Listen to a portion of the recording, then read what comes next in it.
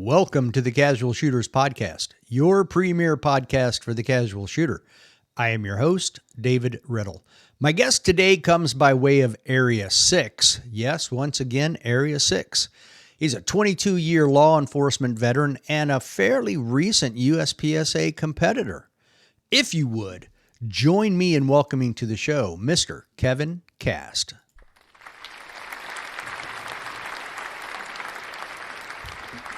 What's up? Howdy. Howdy. If you would, take a brief moment and introduce yourself. All right, I'm Kevin Cast. I'm a 22-year law enforcement veteran. I've been with two different agencies in the eastern South Carolina area. Currently with a 400 plus or minus sworn officer agency. Was with a municipal agency in the area prior to that. December of 24, kind of got heavy into practical shooting, mainly USPSA, and have been kind of on a run to make M class and just kind of be consistent and bring practical shooting to law enforcement, if you will. Oh, I like that. That is definitely something I want to get into. But first, Yes, I've got to hit you with all the hard questions, get the hard drive spinning, absolutely. get it wound up, and then makes the rest of the conversation go easy. Perfect. Okay. Thinking about when you first got into shooting, and I mean all the way back when you got into law enforcement, Okay. and thinking about where you are today, if you could learn one skill instantly, kind of like Neo in the Matrix, Got it. what would that one skill be? Ooh. See, these are the hard ones. Yeah, I guess be comfortable with being uncomfortable with the weapon. So my low-hanging fruit right now is aggression. So if I could go back to 21-year-old cop, I think my first duty weapon was a Smith & Wesson 40-43. Like, you have to look that one up. 40 caliber, big heavy steel gun, very front heavy.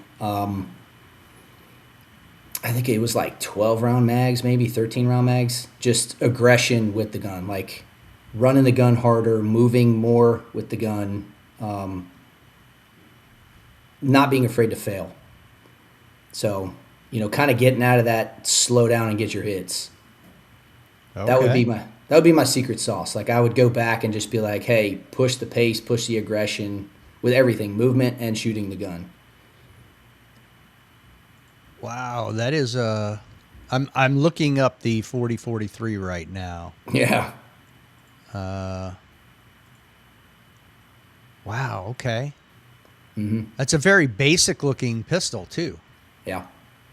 I'll have to throw that into the video when I go back and edit it. Cool. Okay. If you could have one superpower, what would it be? Probably to fly, like Superman. I think that's the most popular. Yeah, it'd be make getting to work real easy, traffic and all that. Yeah, real easy. Yeah. How far of a commute do you have right now? Right now it's not too bad. It's like 20, 25 minutes with traffic one way. But I do a good bit of driving. Like, headquarters is 30 minutes from the house, and then it could be 45 minutes to headquarters from my precinct. So I do a lot of driving. Okay. Take home car? Yes. Okay. Truck. That helps. Oh, okay. Even better. Mm-hmm.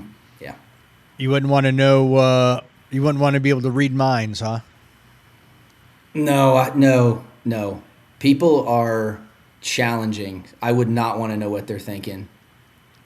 I really would. Not even the bad guys, huh? No.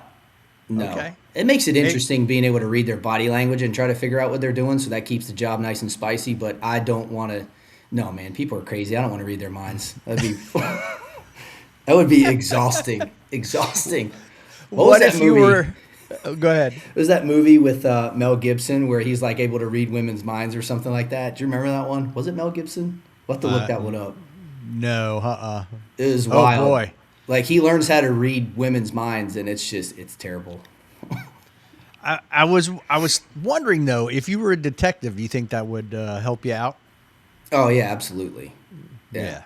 It would make like testifying in court really tricky though. Like, well, how did you know that? Can't tell you. It's a superpower. Right. If I told you I'd have to kill you. Yeah. Yeah, flying. All right. I think flying would be it. Yeah. Okay. It's. I would say a close second right now is being fast like the Flash. Those are the two top ones. Oh yeah, that would be kind of cool. Yeah. I'm a little clumsy. I would probably run through a building or something. As long as it didn't kill you, you know. That's true. Because I figure if you can run that fast or you could fly, you got to be able to heal yourself quick. Yeah, You got some other stuff going on there that's going to help out. I would think so. Okay. What is a food you'll never grow tired of? Pizza. Like I could eat pizza all the time, especially New York style pizza. Like down here in the southeast, like we got a lot of transplants, so it's like good pizza is it's not like super hard to find. All right. Well, I'm going to go ahead and ask you about it now then, since you said that now. I am going to give me like 15 seconds, I'm guessing. Let me share my screen, window, go there, share. I'm throwing this up here on the screen now because I just had this conversation with Maxwell McNutt, too. Yep. It says Oak He's my Ridge, boy. Tennessee on there. Have you, and you shot the match there, correct? Yeah, 2 years in a row. Okay. Have you been to Big Ed's Pizza? No, I heard about Big Ed's Pizza. Oh my gosh, we're going to have to end the podcast recording right now. I did not know about it. Oh my gosh. I think it's the best pizza ever. My wife is from Long Island and they have New York style pizza. She said it was the best pizza she's ever had. And it's just a hole in the wall in Oak Ridge, Tennessee. Yeah, I listened to the podcast with you and Max, and I heard about that, and I was like, kind of kicking myself. I'm also originally from Long Island, New York, so I too am a pizza connoisseur. So Okay. Well, that explains the pizza, the love of pizza. that's right. All right. What are your favorite toppings for the pizza? This drives my wife crazy. Plain, maybe extra cheese. Like that's it. Just plain cheese pizza. Just plain cheese pizza. If I'm going if I went to Big Ed's, I would just order like probably 2 slices of cheese. If they had an extra cheese, I would just settle with that. Now the kids they like toppings and stuff, so I could do like a meat lovers, or like pepperoni. Nothing. I don't do a whole lot of craziness with pizza toppings.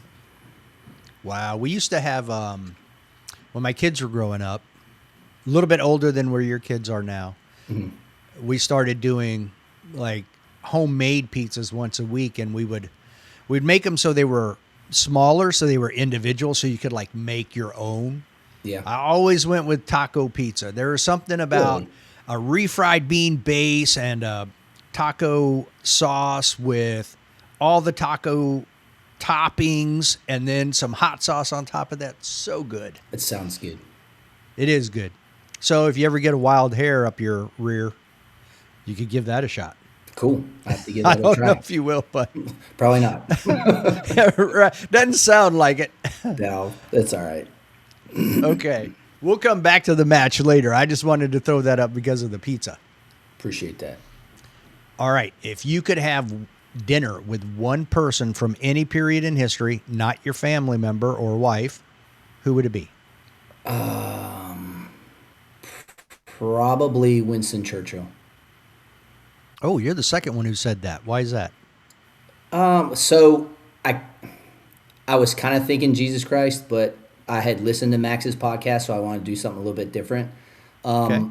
I just think that he was a little bit ahead of his time, like as far as just, I mean, a brilliant intellectual, and like just the way his mind works with strategy and everything. I think that would be entertaining to say the least. His strategy. Okay. Do you think he was a good strategist, or do you think he was a good leader? I think he was a good leader. I think he was able to strategy in a sense where he surrounded himself with people that basically benefited him and in his thought processes and everything. I think he was very influential. And in reality, like you can get a lot accomplished, but more with a well educated team. So I think that his ability to identify key characters to kind of benefit him was big. So I think that would be Okay. interesting. Yeah. I can see that. If money were no object, what would you be doing right now? If money were no object, what would I be doing? I would honestly, I would probably be like a part time police officer, and then I would be shooting the other part of the time. So like I wouldn't want to just not work and like completely retire. I'm 44 years old. I would be bored out of my mind. So I would probably still do some type of law enforcement work.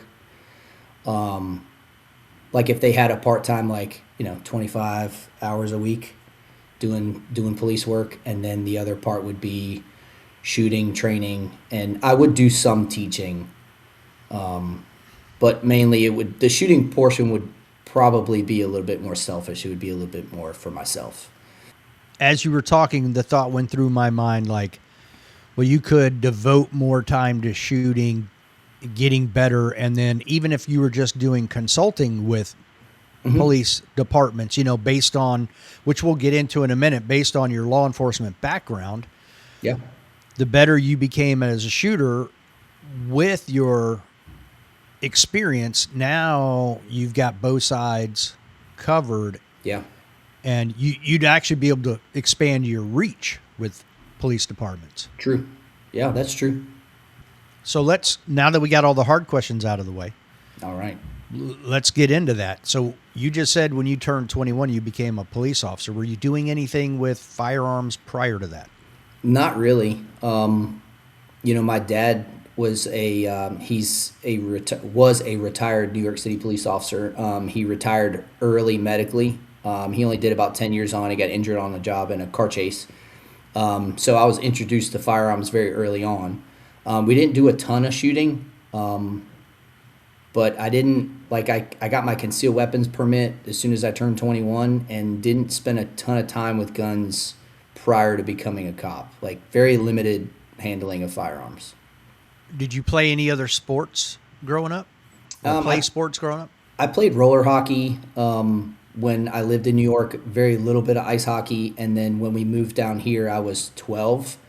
So 93, 94, in South Carolina, roller hockey and any kind of hockey it wasn't super popular. We had a U14 league and a U18 league. So it was there wasn't a ton of people playing. And then I kind of got out of organized sports, roller hockey, and then ended up getting a job very early on. And I've been, I think I was a busboy at like 14 and just kind of been working ever since. Roller hockey, how physical is that? Um, they would allow like minor contact. Like you couldn't check somebody out of their skates. A little bit of shoulder bumping, some minor contact. You weren't allowed to like use your stick to hit anybody. The U18 league got a little bit more spicy. And then they had an 18 plus league. I only went to a few games. There was like a fight in the parking lot. I was like, yeah, this is not for me. I'm not trying to be around these guys. But it was fairly physical. I could see where it would be physical accidentally, Yes. because there's Yeah. going to be contact. It's no different than any other sport, even basketball. It's not meant to be a physical sport, but you're going to have contact. Correct. But I feel like, man, I can roller skate, but nope, I couldn't do anything where I needed to turn or do anything else. I'd be Yeah. the first one to fall. Yeah. So I feel like I can ice skate better than I can roller skate. So that's where when you said roller hockey, I'm like, oh, that would be death for me. Yeah, I can't actually roller skate like with the quad skates with the four wheels. I can't do like I've tried it. I look like a baby deer on ice. Like it's kind of awkward. But with Right. roller blades, like I'm pretty good on them. and they Okay. translate to ice real well. Yeah, it's that same inline system. So very similar. Yeah, I am literally like walking in socks on ice when I'm on roller skates. It's like, Yeah, holy cow. it's weird. Yeah. That one I never really, I mean, and I roller skated as a kid because in the 70s it was popular. And I still never, my wife can roller skate like a champ, but everybody just needs to give me plenty of space so you don't get hit when I fall down. I don't Nice. want to hurt anybody. Well, So you said you got your CCW before you became a police officer? So what pistol did you own at that time for self defense? I had a, what was I shooting? I actually I didn't own my own handgun at the time. I took the concealed weapons permit course with my dad's Dan Wesson 357 Magnum. Not like no lie, 5-inch barrel, like this just monster cannon of a handgun. His thing was like, if you want to shoot any of my guns, you can shoot any of my guns, but you're not getting your own until you're 21. I'm not going to give you one. You're going to buy your own first gun.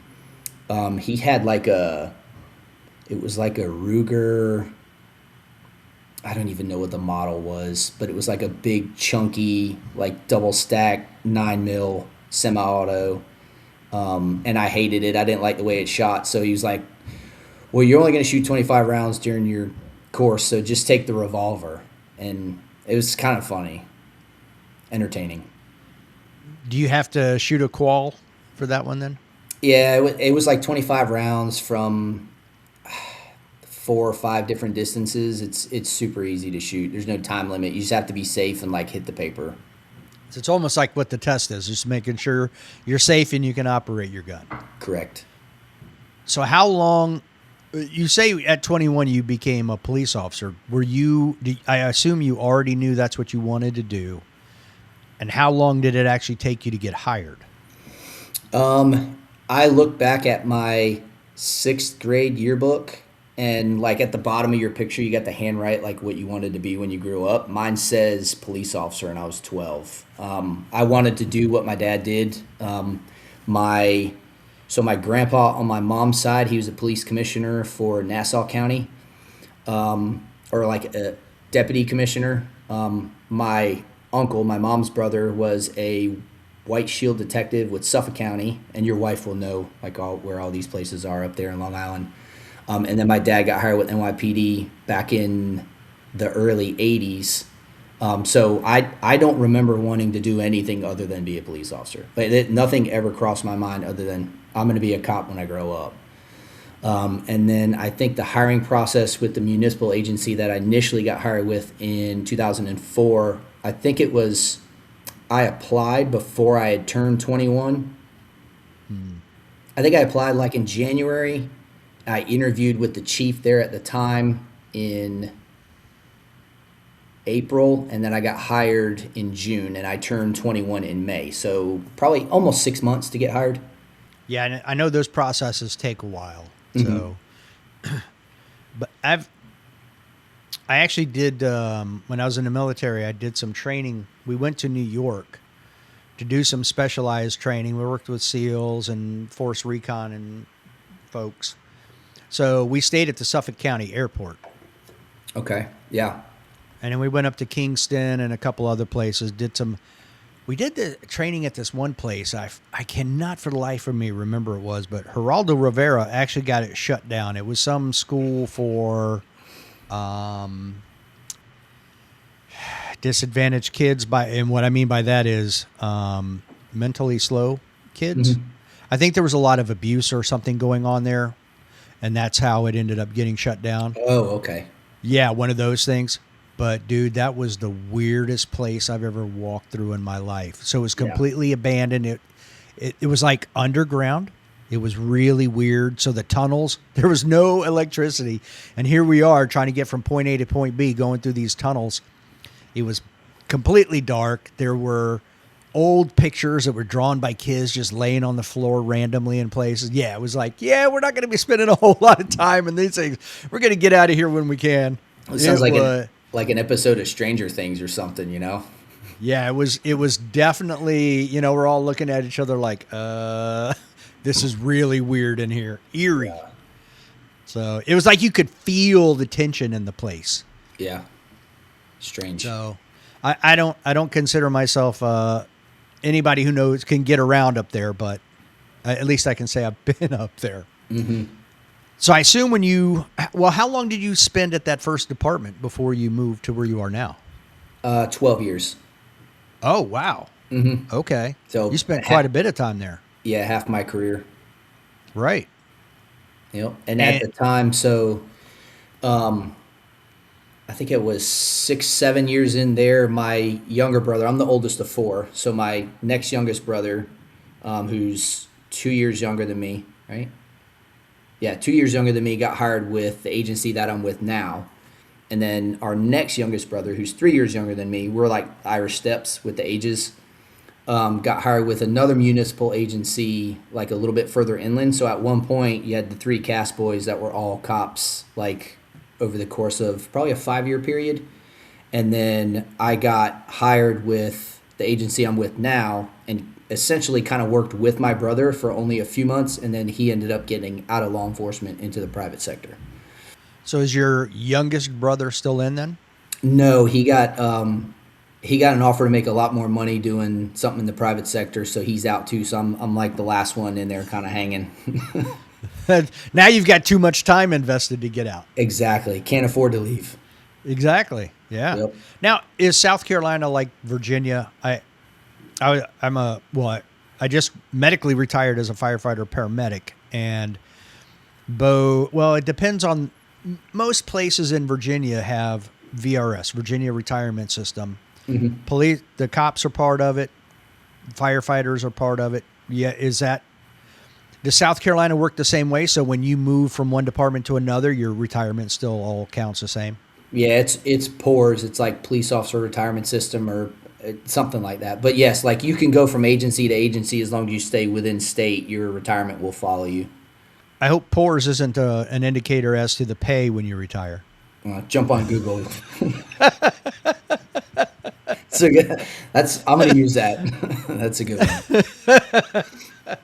one. My sister's in the county I live in. She's a major in the sheriff's office here, Okay, cool. but she's I think August she hits 30. Oh So, wow. yeah. I think here, like the magic number is 32. So basically, there's an older retirement where 25 years, and then I think after 2017, it went up to 27 years. But the magic number they claim is 32 years. Anything after that, what you're paying in doesn't quite equal out. So a lot of guys will hang to 32 years, and then you got Social Security kicks in shortly after that. And we have across our state, we have like the benefits for life issue where some agencies just can't afford to hold benefits for life for their retirees. So currently, my agency, along with quite a few, in this region, when you retire, you don't get your medical for life. So it's tricky. Well, we have to pay for ours. So Okay. no different. We can Yeah. have it, but they won't pay for it. We basically hitchhike on whatever medical program, but it's like $2,000 a month. Yeah, it's expensive. It's expensive. There's a lot of guys who would retire, and then there's a couple federal agencies around here that they could get on. And once you're on for like 5 years, you're vested, and then you get the benefits of the medical coverage. So they would do that. Yeah. Yeah, that's a good idea. Yeah, it's one of those things where you got to do what you got to do, you know? You've been a SWAT officer for 15 years. Hmm. So that means it's transcended both departments, correct? Correct. Okay. At what point did you go, that's what I want to do, As far as SWAT goes, as far as SWAT goes? very early on, I think within the first year of being a brand new baby cop, I think we had like a barricaded subject, and the guys in green showed up, and I was like, yeah, I want to do that. Like, standing out here and watching them do what I want to do, that kind of sucked. So I was like, nope, when I'm eligible, I'm putting in, and that's what I want to do. So I kind of, that gave me a very early goal to get a little bit more familiar with, the AR and the M4 platform, because up until then, I had never even held one before. So I was fairly proficient with a firearm, like right out the gate. I didn't have issues like learning with that big boat anchor of a pistol. And I was probably one of the better recruits to come through initially. Me and a guy that I went through the academy with, we were kind of neck and neck, back and forth with the shooting and stuff. But yeah, within the first year, I was like, yeah, I wanna get on the SWAT team. Now, did that also change how you were off duty with working out and doing stuff like that? Because there's a whole selection process you have to go through, correct? Correct. I think I did a little bit more running, but for the most part, like at the time, I didn't have kids, and I wasn't into a ton of different hobbies, so I was working out already. I just added a little bit more running and cardio, and then just more weapon manipulation, kind of at the time. And I had no idea what I was doing at the time, but I just figured, like, the more I spent with the gun in my hand, the better I would be. And little did I know, like, almost like 20 years later. But I didn't really change my fitness routine much. I just added some more cardio. Okay. Did you go and buy your own AR-15 then? I actually built one. I kind of did like a Franken gun. I got a lower, and then I got an upper, and I just kind of learned how to put them together. It's like adult Legos, building your Right. lower and your upper. And I bought one, and then I had made the team with my first agency, and then they had issued me one. So that was kind of cool. How much different was the one they issued than the one you Frankenstein together? Mine was nicer. Excuse me, can I bring my own gun? Yeah, it was, so I had done like it was a very early free float handguard type setup, like the quad rail. And then I got issued a Colt Commando, and it was the shorty, so it had like the fixed front sight and the really short handguard. And then I'd built like a 16-inch with like a 13-inch handguard on it, so I had all this room and real estate for all the accessories. Because early 2000s, the more stuff you had on your handguard, the cooler you were. For sure. So, yeah. I still see a lot of it. Mm-hmm. A lot. I mean, and look, YouTube was in its infancy, or I don't even know if YouTube was around, actually. I don't think it started till like 2008, something like that. Yeah, it was later. And then Yeah. what was it? It was was it the Magpul archives, or I don't even know. I just remember the DVDs with like Pat McNamara and like them running some drills and all that kind of stuff, like early on Patreon stuff or whatever it was. But yeah. Yeah, like now, I mean, if you're getting into this now, the problem you have now is figuring out what's good and what's bad, Yeah. But there's stuff out there that's free that you can access 24 hours a day. Back in the day, that wasn't the case. I mean, you had to figure all that stuff out on your own, and sometimes you went backward more than you went forward. Yeah. All right, now thinking back to when you first decided that's what you wanted to do, let's say you have a 21-year-old kid just coming into the department, enthusiastic, seems like he has a good head on his shoulder. So he has all the qualities or appears to have all the qualities you would want. And he expressed a desire. What would be your advice to him to prepare for that? Learn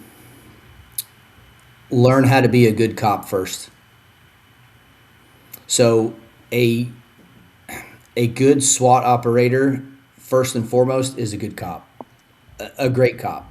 So you have to be very successful and excel at your primary job in order to take on like an ancillary duty and be successful at managing both assignments, because CQB, room entry, hostage rescue, barricaded subjects, like that, it's a thinking man's game. Like, it's great to be in shape, but if you can't make decisions in critical incidences like rapidly and make them like make good decisions.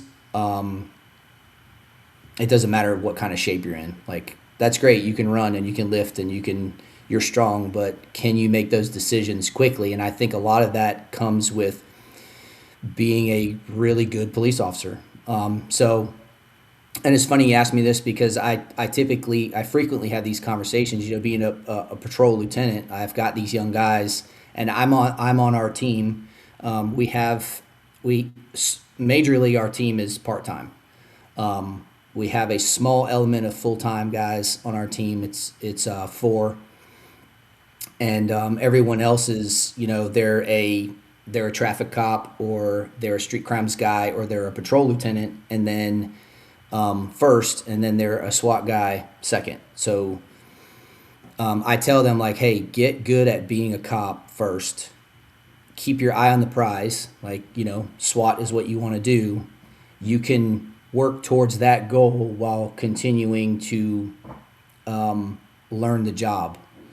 Because if they can't work their way through a very basic investigation and make decisions during like an evolving traffic stop, or, you know, a critical incident as a patrolman, they're going to have a hard time making decisions as soon as they enter a threshold with a weapon system in their hand, having to mitigate a whole bunch of different angles. And it's, you know, CQB is not easy. CQB is hard. It's harder if you're dumb. So like, sure. Learning how to be a good SWAT guy, you got to be a good cop first. I get that. Plus the stress level is much higher because Yes. even though you always have to be alert as a street cop, when you're going into something that's a CQB situation, you know there's a threat, and they're barricaded for a reason. They're not coming out on their own. So Right. you know the risk is much greater, and it's 100%. Yeah. So I totally get that. I mean, the stuff I did in the Marine Corps, there was a minimum general knowledge score you had to have just to be doing that stuff, because again, Yeah. you don't want dummies trying to do that. You got problems. Yeah. But and I kind of want to add to your question. In addition to learning how to be a cop, keeping your eye on the prize. Like, all right, well, I'm learning how to be a cop, but I still also want to push towards getting on a specialized team. I mean, whether it's SWAT or EOD or the drone team, learning the nuances of that job and then practicing towards it. So, like, typically it's, do you own a rifle? Yes. Okay, well, get good with it, and get good with your pistol. So, like, weapon manipulation, I always tell them, like, I'm a huge dry fire advocate. Like, I think there's been, over the course of 6 months, there's been less than 5 days that I've missed a day of dry fire. Like, no lie. I dry fire every single day, even if it's for 15 minutes because I have somewhere to go or I just mismanage my time.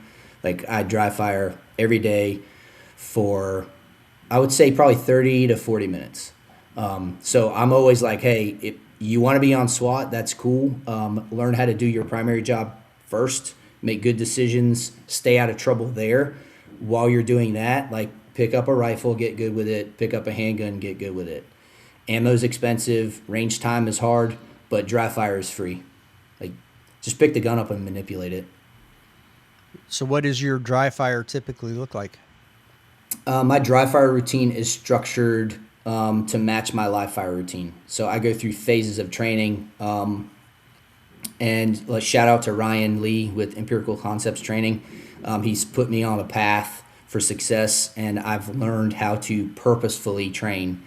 Because you can get into a rut. You can spend 30 minutes of dry firing and just have zero intention behind it. Like, purposeful dry fire, purposeful training. So my dry fire routine will match my live fire routine. So I've got race gun nationals coming up in 50 something days. So currently I'm like sliding out of exploration mode because I've had some low-hanging fruit things that I'm trying to work on, and I'm going to start probably in about 20 days. I'm going to get into execution mode and work on consistency. So I have like tiers of training. So after race gun, let's see, August.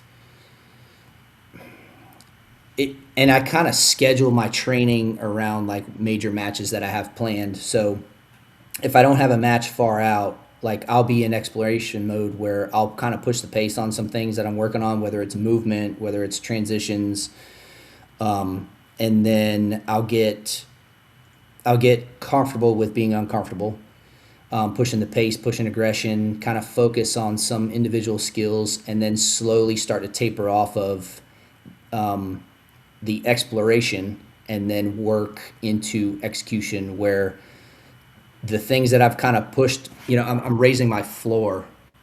And then I'll raise my floor and then I'll kind of peel some of the speed and aggression off and find that nice fine line of what my 90% is.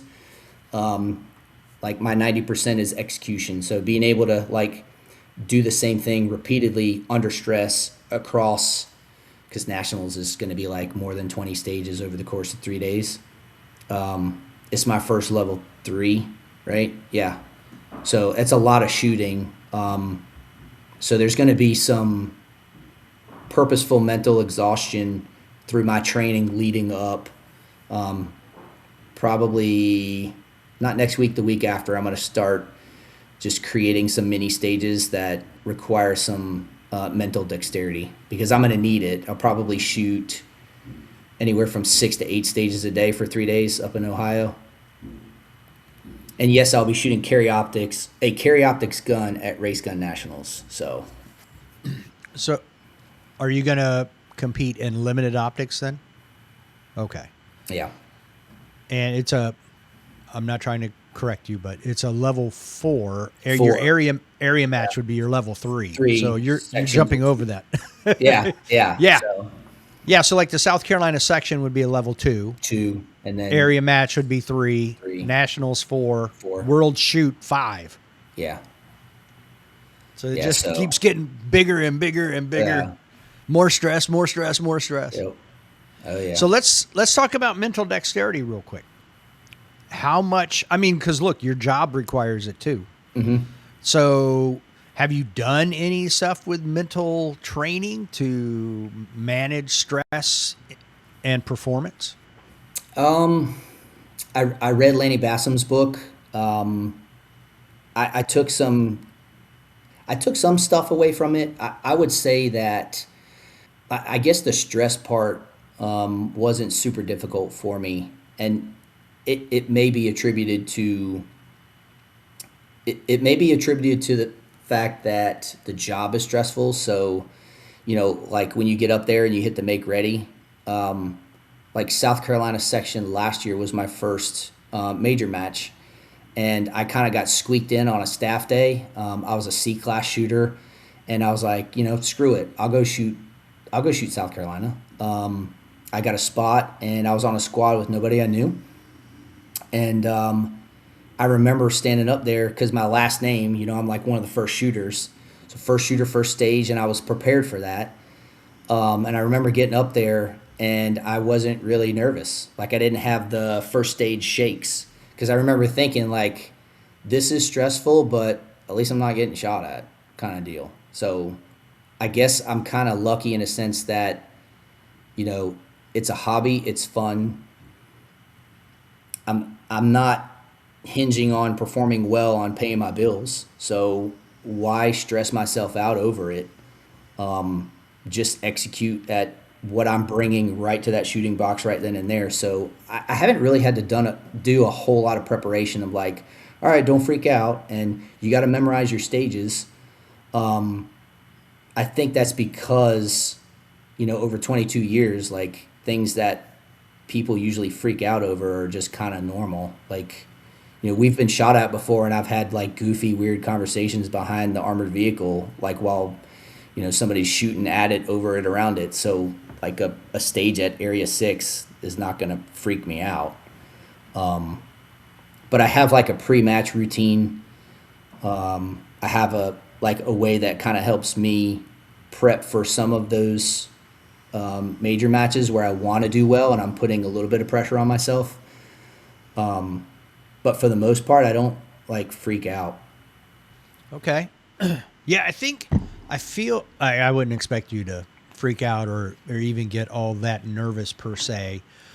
But I'm just wondering from a consistency standpoint, I think that's where even your national champions, benefit from that type of thing, is just being the most consistent they can possibly be, which is a little different than what your job requires. You know what I mean? Like if you are like you called it, so you're a casual shooter because you called it a hobby.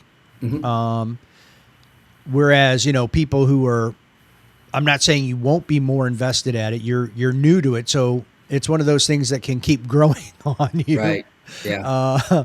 But I feel with them, it's more of a consistency thing because that's what ends up winning in the end, is just being that consistent, and you're subconsciously consistent. Whereas you have to be consciously thinking about things, Yeah. you know? I do feel like that. And my coach Ryan Lee, he will tell you that I am consistent. I just need to push my floor a little higher because my consistency is just slow. Like for example, South Carolina this past year, I shot 257 alphas. Like I looked, I think there was one person out of almost 400 shooters that shot just as many. Like my time is not exactly there. I'm slow. Right. But I collected like a large portion of points available, and I usually do that. I am very consistent. If you pull up practice score and look, I don't usually have a stage where I bombed them. Like I'm pretty even keel all the way through. But like just kind of going back to your question about what have you done for mental management, I think pre-match routine for me is big. So I've got this year for majors, South Carolina, I'm going to shoot race gun nats. I'm shooting Area 6, North Carolina section, and Georgia. And then last year I shot South Carolina, North Carolina, and Area 6. So, I would say it's a fairly new, like, pre-match routine. Okay. And it's like gear prep the night before. Like I have all my mags loaded, everything's cleaned up and ready and good to go. If I'm in a hotel room, like I get there early, I get there a day early. I'll walk stages. I'll come up with stage plans. I'll watch some shooters shoot. I'll do a little bit of homework about who's shooting on what squad and where. Does my style match them and how they compete? And then I'll try to follow them and watch and see like if my stage plan that I've come up with is similar to theirs. I'll record my walkthrough and talk to myself like, all right, starting position is here. These targets, and I kind of go through and I'll have a video on my phone of each stage, stage number 10, starting position is, gun on barrel, magazines over here. And then I walk through the whole thing. And then when I go back to the room, it's like your typical hydrate, have a good meal, not too heavy. And then I'll literally sit in the hotel room bed and just kind of go over the stages on my phone. And then I'll hit a very brief dry fire session, maybe 10 minutes, just to kind of hold the gun, and then I will do my walkthrough with my video in the hotel room. So like I'm getting my pre walkthroughs in like in the hotel room, and then I usually get to the match early, and then I'll walk them in order of when I'm going to shoot them. So like if we're starting on 8 and we're going 8, 9, 10, 1, 2, 3, like I'll start on 8, and then I'll watch that squad shoot it. If I see a window of opportunity to where I can walk it, like the squad leaves, obviously, hey, hi, RO, this is who I am, can I walk the stage? And then I'll physically walk it through. This way I've got, I don't know, probably 20 plus mental walkthroughs. I'll have a handful of physical ones, maybe a dozen in the hotel room, and then I'll have a few physical walkthroughs the day of the match, and then I'll have my 4 minutes. And the 4 minutes for me is just fine tuning, like what positions are super specific, like where do my feet need to be to leave and enter here and there. And then I think all of that, like from arriving in town and walking through like a day early all the way to like the 4 minutes, I think that's the mental management part that allows me to get in the shooter's box as first shooter on the squad with the last name that starts with a C and not be super nervous about it. Well, I think you're also building, everything I'm listening to is you're building your own self-confidence. Like you are so prepared that there's no reason to be nervous. You're you're almost at the point where you're like, let's just get this done and over because I'm ready. Yeah. Yep. And then what the stressful part is like, the hard things like memorizing, your target arrays and all that, and where my feet are going to be leaving and coming and going, and the operation of the gun. Now I can have fun. Like I can kind of crack a smile when I get that make ready, check the dot, make sure everything's working, load that thing up, and let's do this. And then I can enjoy myself because I'm a prepper. Like I'm a planner, I'm a prepper, a little bit of OCD, like work, home, the whole nine. So like if everything is taken care of, then I can enjoy myself. And then, the execution portion of it is just like, I'm not getting any better within the next 30 seconds. Like how I was last week, that's what I'm going to be able to do out here when the timer goes off. So Now, typically with the first two letters of CA, I'm sure 9 times out of 7 you're first. yes. So, but the second stage you're last. Yep. So now, what are you doing in between the shooters for the next 30 minutes, waiting for So your turn to shoot? that's a good question. So staff reset, I'm just chilling. Like I'm not looking at scores. I'm not reviewing video. I'm just relaxing. I'll watch my buddies shoot. I may film them. I may eat a snack. It's just the next stage is like right there, but I don't want to walk over there because we're here. I may go to my walkthrough video from the day before and just take a peek at it, and I may step off to the side and start doing my mental/physical walkthroughs, air gunning it for the stage next door. If it's not staff reset, I'm up there helping. I'm pasting and resetting and all that kind of stuff. Right. I find I like to do a lot of move to the in between or while people are shooting and I'm not helping paste target holes. I find I like to move back and close my eyes, find a spot where I can have about 6 square feet, and do like a blind walkthrough where, I just like keep doing those so that mentally I don't have to think about what's my next position. I can focus on the gun and the target, Yeah. Yeah. What are you doing to push the aggression? Oof. Letting the hit suffer. A lot of video review. So like, if I shoot by myself, I'll have the tripod set up and I'll just record like me moving, whether it's laterally, and then staying lower, like more of an athletic stance. I'm 6 foot on the dot. I'm 180 pounds, so I'm not like a big guy. I'm not a super little guy. I can be more athletic.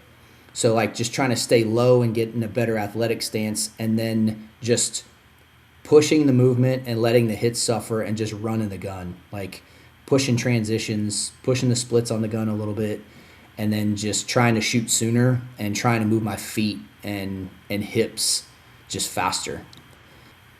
All the time you've been on SWAT, have you had any outside training As far as like for marksmanship?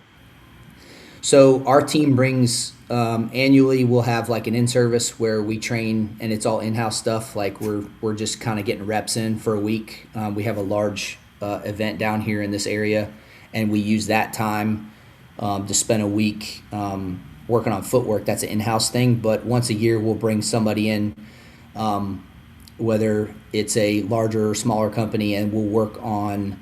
It's a lot of footwork, CQB. And then typically if it's a 5-day class, we'll do like 1, maybe 2 days of shooting. And the shooting is it's pretty bland. Usually flat range stuff. We've had a couple people come in that would teach a little bit of movement, but there was nothing super specific to like handgun marksmanship. So like in the law enforcement side, handgun specific, there's not a whole lot. There really isn't. It's out there, but as far as like our agency, our primary focus is on being able to do some room clearing and stuff. So we don't if you get like, hey, you've got X amount of dollars to do a week-long SWAT class, it's not going to be 4 days of handgun, right? So, Right. you know, you've got to be good with your weapon systems, but your footwork and your decision making and, you know, your areas of responsibility and your room clearing's got to be good. So, and a lot of these companies, and you've seen them, a lot of these companies come in, they teach CQB. The handgun stuff is like secondary. And then a lot of it's like long gun stuff, but not really like marksmanship, especially with a handgun. It's kind of like, hey, we're going to run a couple drills with the handgun. We're going to run more drills with the rifle. All right, range day's over. Let's go back to the CQB house where we're running simunitions because we don't have like a live shoot house. Okay. Those things still don't feel good. No, they hurt. But I can kind of piggyback off of your question. I have put myself through about 4 different handgun specific courses. Excuse me, for handgun marksmanship. So I've taken both of Ryan's classes through empirical concepts training. His basic And advanced. and then I took a class with JJ Rakaza back in April. All 3 of those classes I've paid, out of my own pocket. And how much do you think that helps you in your everyday job? You can't put. There's no way to quantify it. Like it's your regular range day at pretty much any police agency is a joke compared to 1 or 2 of the drills that Ryan or even JJ kind of expose you to in the classes, and that's a whole, like I say, that's Pandora's box right there. But practical shooting, even at the lowest level, tremendous help for like what we do for a living. Well, yeah, I would even say decision making, if you're doing room clearing, you're having to identify what's a target, what isn't a target, things like that. It's no different than practical shooting where you have to have that visual patience. Yeah. But also be able to acquire sights, do different things. I mean, it's all intertwined. Yeah, it absolutely is. It's interesting that while I get pistol would really take a back seat because it's, in a way, I guess you guys consider it as a backup to your primary in a CQB is going to be your rifle. So correct. I get where that comes from. But there's just so much crossover, though, still between trigger control and other things that it's sad that there isn't a little more. And I'm a rifle guy. Yeah. So, but it's still, in your profession, I still feel like it's one of those things that would come across very well on both sides of the. Oh, yeah. With either platform. I will say, and this is, I don't know if other people feel this way, but I don't spend a ton of time on the ARM4 platform, like outside of work. I'll manipulate it a little bit here and there. I spend a lot of time on the handgun. We have our 2 training days a month, but like, how does the saying go? It's like really, really good pistol shooters are typically good rifle shooters, but really good rifle shooters aren't necessarily good pistol shooters. So like when I pick up my rifle, it's like a cheat code. Like I can run that thing. Like I have 0 problems with the qual. Like I can run it. I can sling it. Like it's almost, I feel bad. Like I feel like I should be getting some bad manipulation out of it because I don't pick it up as much as the handgun. But it's just like, wow, I spent a lot of time on the handgun and the rifle is just that much easier. Yeah, I'm one of those individuals. I think I shoot rifle much better than I do pistol. I mean, I can hit whatever I want, but I think too much too. So it slows me down on the pistol side. Yeah. So I totally get that. So I want to get into a little bit more specific about. Let's start with USPSA now. We'll go with that. Okay. Before I get into the more specific stuff, because it's going to be nerdy stuff that and we need to get there. Yeah. so, Oh yeah. so you've only been shooting USPSA since late 2024. So yes, but I think in 2018 I shot 2 matches, and then in like 2020 I shot 1 or 2. So like I had a limited gun, like, and I shot I think maybe 2 3 matches in 2018. They were locals only. I think one of them I didn't even finish the whole match. I had to like leave mid match. I don't really count that because like I wasn't training. I was like my training was like, a week before the match I would do a little bit of dry fire for like 10 minutes. I didn't know what I was doing, and then I would go shoot the match. But I wasn't really invested in it. But yes, like taking it seriously and actually committing to it, yeah, November, December of 24. And what caused you to get back into it then?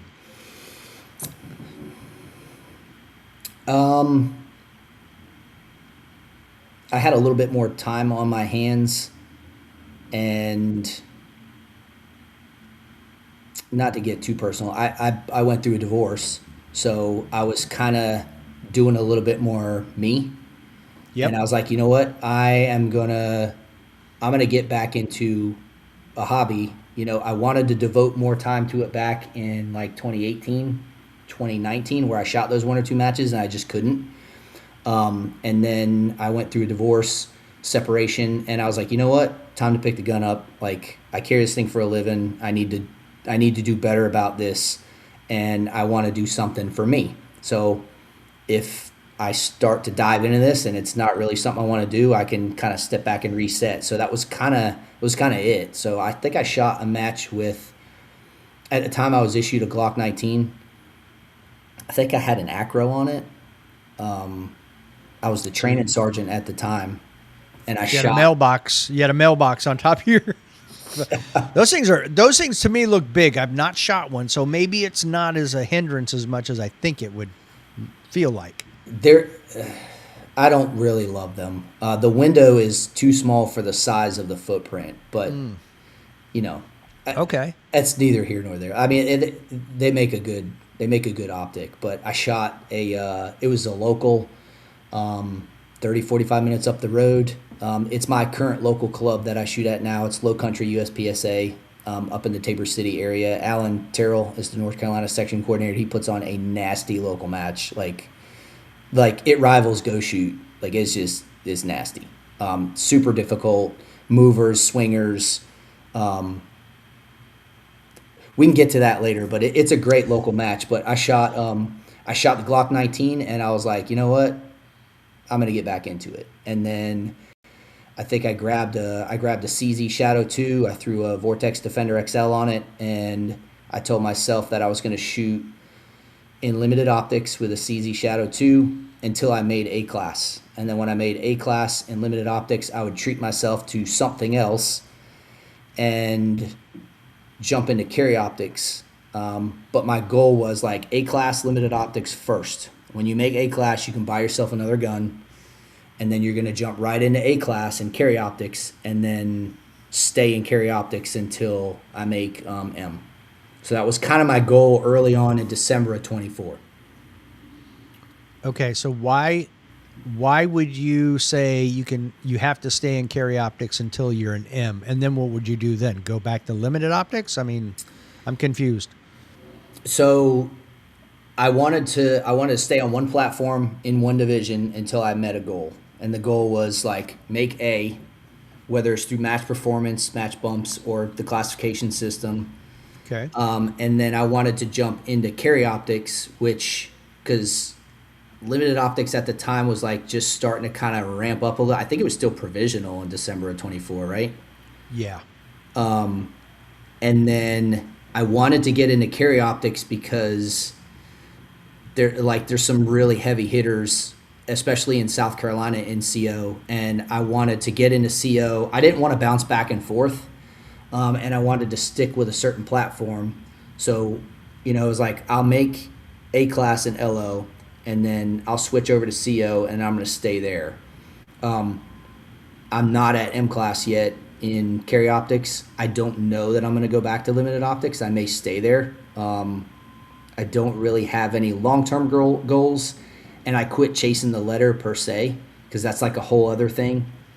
But right now it's carry optics. When I make M class, we'll see if I want to switch back over to limited optics. But I'm kind of happy in CO right now. Like Tyler Meisenheimer in carry optics, like he's an animal. He's a great dude. His wife's super cool.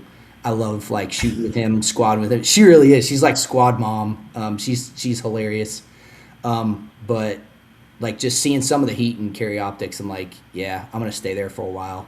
Now, if it falls off and LO takes off like even more, and there's no heat in CO, then I may jump back over. But I'm also an A class guy, so like I'm not really super worried about chasing the heat. I think that LO and CO, however they end up shaking out, are going to end up being the top two divisions in USPSA, unless something brand new comes along that would shake that up. Because, I mean, you're basically shooting an LO gun. You're shooting a PDP steel frame, right? Mm-hmm. I mean, it's basically an LO gun. Yeah, so I was in the 4.5-inch poly PDP up until like 2 months ago, I think. So I was shooting the little plastic PDP with the little tiny mag well that's super rude for reloads.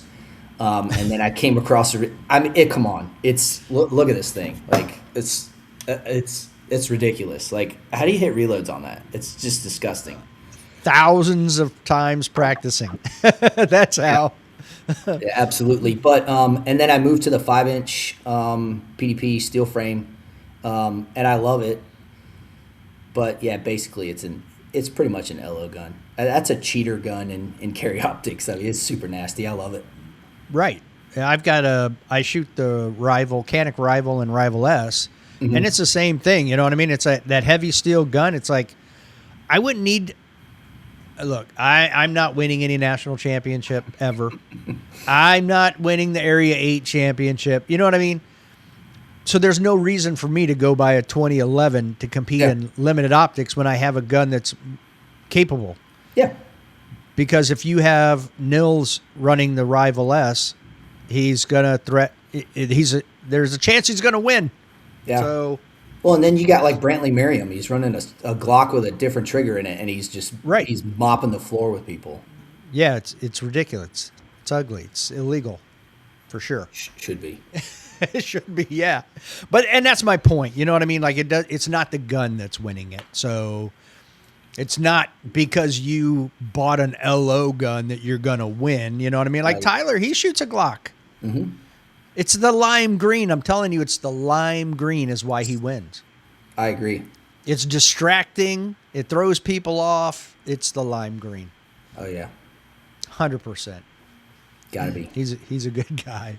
He is. So is Brantley. He's a down-to-earth guy. Mm-hmm. So, but it's just those guys have invested the time and the effort. And for them, though, they're not a casual shooter. No. They are definitely not a casual shooter. They put in way too much time to be considered that. I agree. I had to see what my dog was doing. My Great Dane just walked in. So he's like... I didn't know if you had like a wolf loose in there. All I saw was like the... Yeah. Yeah. Yeah, he's 152 pounds. He was our small one. We had 3 at one time. My biggest one was 200. Sheesh. He was Lapdog massive. too, right? Oh, my gosh. Yeah, of course. Yeah. Got to snuggle right up there. Like sometimes they share your pillow with their head. Oh, so wow. you got this massive face right here. It's awesome, though. I love it. I just threw us way off. Okay, so now you mentioned the CZ with a Defender XL on it. What are you running for an optic on your PDP? Same thing, Defender XL, the 2.5 MOA. Okay. You like the smaller dots or you like a bigger dot? I like the smaller dot. I started off with a 5 or a 6 MOA dot, and then just accountability at distance, especially on steel. Because like I talk about my local, like Alan will put up mini poppers at like 25, 30 yards, and like you know a 5 or 6 MOA dot covers the whole scoring zone, and I need a little bit more accountability than it. I think for like hoser close up matches, those bigger dots are great, but when you need the mix, I like the smaller dot. Okay. And red, not green. Right. I'm a green guy, but I have a color vision issue. That's why I also like, if I use a red, I prefer a 5 or a 3 or bigger, just because I can turn it down. I don't have to brighten it up to see it. I'm not looking for it, because what I found was part of my issue was I was looking for the dot. Yeah. It's not as, whereas with the green, it's so prominent, I can turn it way down and it's still, I don't have to look for it. Like I can look at the target and then there's the dot. You know what I mean? Yeah, I have an astigmatism, so believe it or not, the green splatters more than the red for me. Oh, wow. Yeah, it's super weird. And then I picked up the Holosun 407 Gold, and the gold is cool. It's a little bit more round, but I think they only make it in the 5, so it's big. What is this one? No, this is a 6, and it's just big. Like, But does it show up better, and can you turn the brightness down so it's not as obtrusive? it does. I would say it shows up about the same. The shape is more. It's more round. It's less like asterisk-y looking. That's a good way. It's not a splot. It's Yeah, that's like a bug splatter on the windshield at 80. But right. the gold is cool. Like if Vortex said, "Hey, we're coming out with a 2.5 in gold," I would buy it like yesterday. I think the gold is the color. That's just gonna help like with the splatter. And it's weird. Like if my contacts like get dry, the splatter like gets worse. It's super strange. Oh, wow. Yeah. Interesting. Okay. Yeah, I've seen some people are starting to do amber too. I guess that's an orange, so an in between a green and a red. Huh. So I don't know. Yeah. It's interesting. I want to try the gold. I wouldn't mind looking at that. I wouldn't mind looking at an amber one. There's a couple different colors out there that I'm like, I would be okay looking at some of these. I think the gold right now, the 407, because you don't get the options of like all the circles and the horseshoe and all that. It's just a dot. I think the gold in the 6 right now for Holosun, like on Amazon, is like $280. It's not bad at all. And I assume those are legit ones, not Yeah. not fake ones. I've heard of The team fake ones. ones being. Well, yeah. Well, I've heard too. Like some people have bought SROs and they have all the Trigicon markings and everything, but they're actually a fake. Oh wow. So I would be concerned. Yeah. I almost feel better in that case going to a reputable source, so I know they're buying from the company, and then I could buy it from them. So last thing I want to do is buy what looks like a Holosun or an SRO, and 100 rounds go by, and next thing I know, I got a worthless. Yeah. Or it comes off Anchor. the slide at mock Jesus and hits you in the forehead or something. Right. Well, I did have mine one time where it was spinning around freely on Oh. my slide once. I had to move it out of the way so I could see the target to shoot.